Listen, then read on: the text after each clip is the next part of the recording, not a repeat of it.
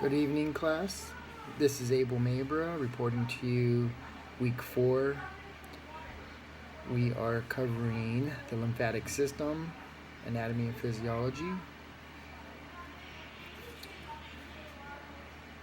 So this week we were asked to discuss the location of the thymus, the spleen, tonsils, appendix, the Meyer's patches, and the cervical lymph nodes, the axillary lymph nodes.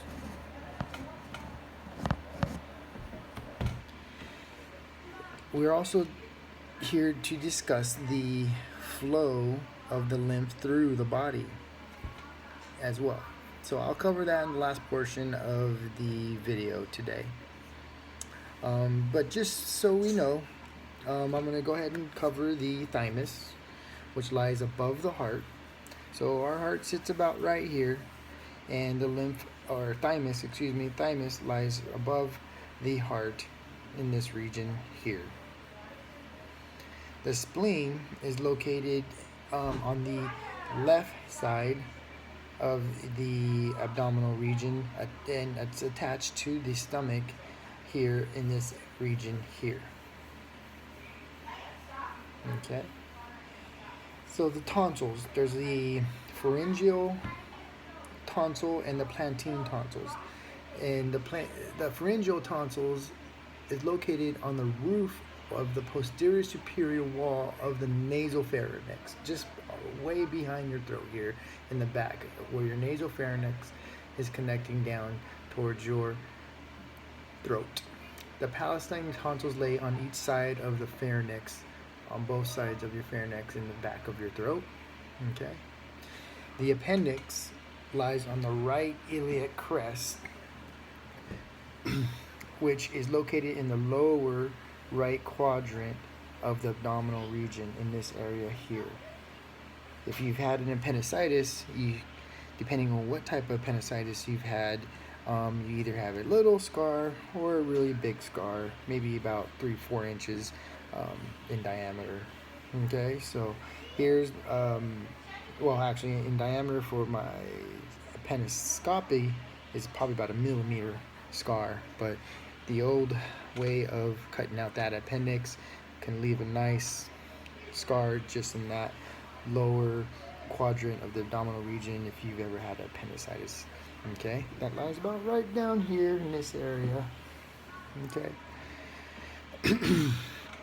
The Peyer's patches. Now, Peyer's patches are found in the wall of the small intestines, and they actually capture and destroy bacteria in the intestine, just in this midline lower region of your small intestines here.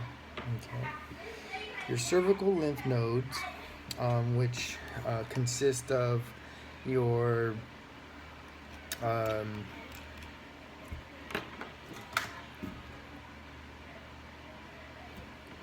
cervical lymph nodes, which include the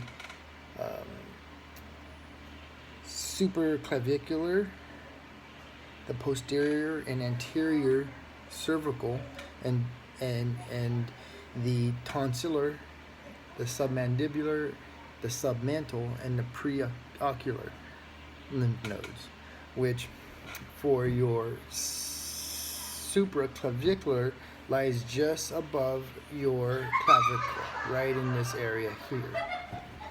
Your clavicle is here, so just in that region here you'll find the subclavicular cervical lymph nodes. For your posterior and anterior cervical lymph nodes, those lie just about here with your anterior and then posterior cervical lymph nodes.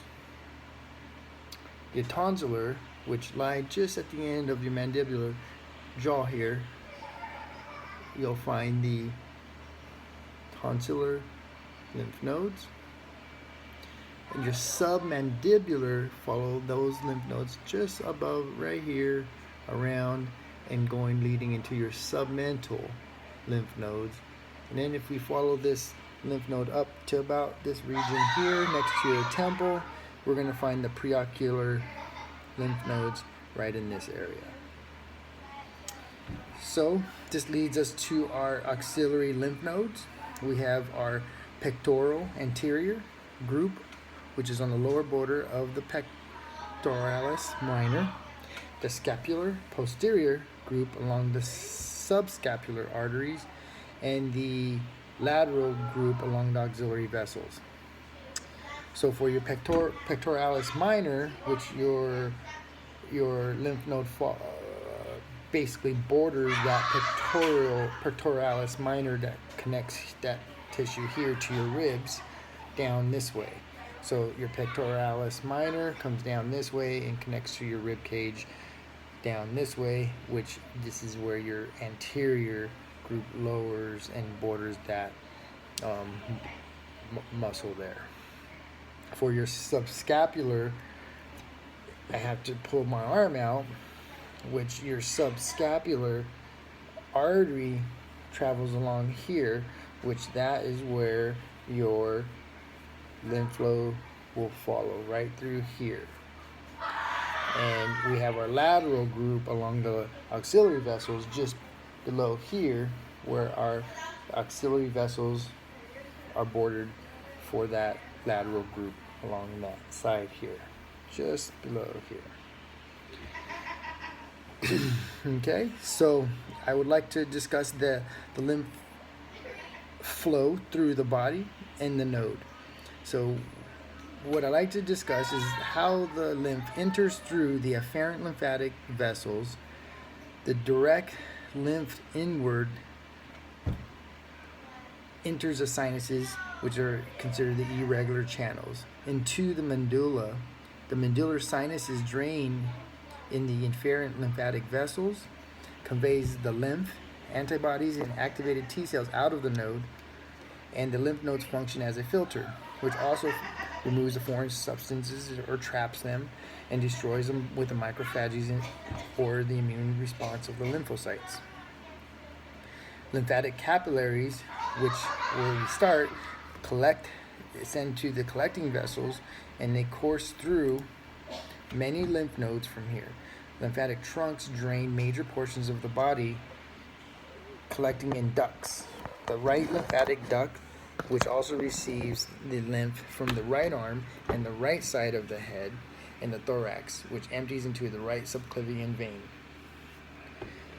The thoracic duct is larger and much longer, as it is more prominent in the abdomen, called the cisterna coeli, receives the lymph from the left arm and to the left side of the head and neck. Thorax empties into the left subclavian vein.